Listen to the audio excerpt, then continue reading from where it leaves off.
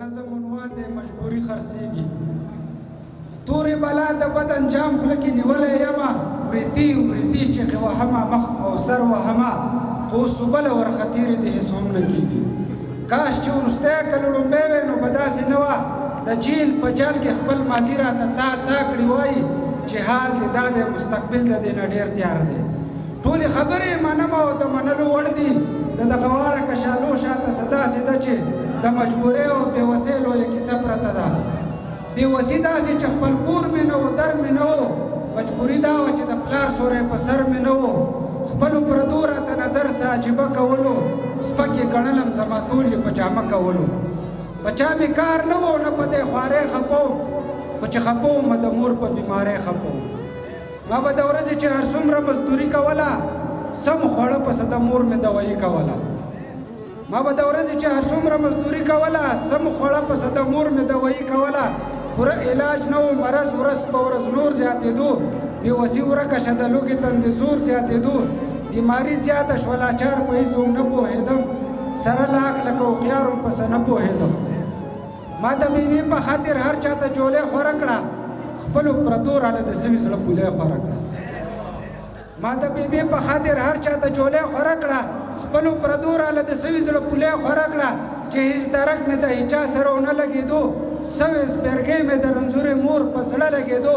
پاره پاره د کلي خان له ډک له غمه لاړم، چې قرض به راکړې خیرخان دې په دې تمه لاړم.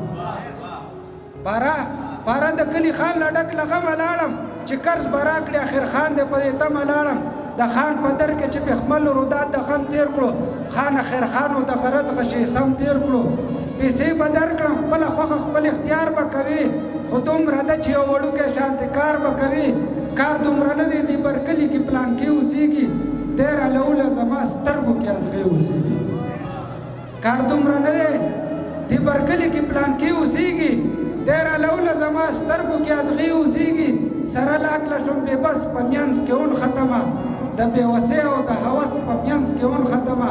د مور سپېرګو راله د سوچ هډو موقع را نه کړه، چې و په کار وخت راله هغه مشوره را نه کړه.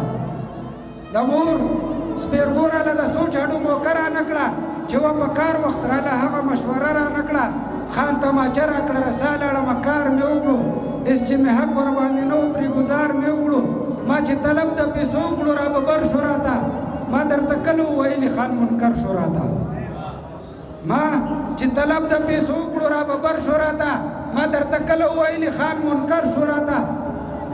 ستا غوندې خلک زه تړلي خپې او لاس ورکوم، په مخه زه کې نیکولس له دې په لاس ورکوم. شوم را ګزار اسمان نه شمه په کجوره بانډه، پرته مې مور د مرګ په خوله کې ورنځوره بانډه.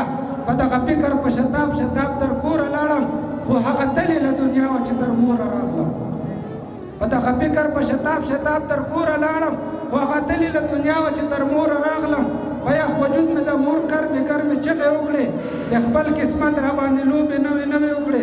زما په چغو سرپروشه کلي ولس راغلو، چا ناګهانه پکې ویل چې پولس راغلو. نه جنازې او نه کفن نه مې د مور خبر شوم، جیل جهنم دی او ژوندون شو راته اور خبر شوم. که بېوسي او مجبوري په داسې دام خرڅېږي، سحر مړ ښه دی که غریب داسې ماښام خرڅېږي. سحر مړ ښه دی که غریب داسې ماښام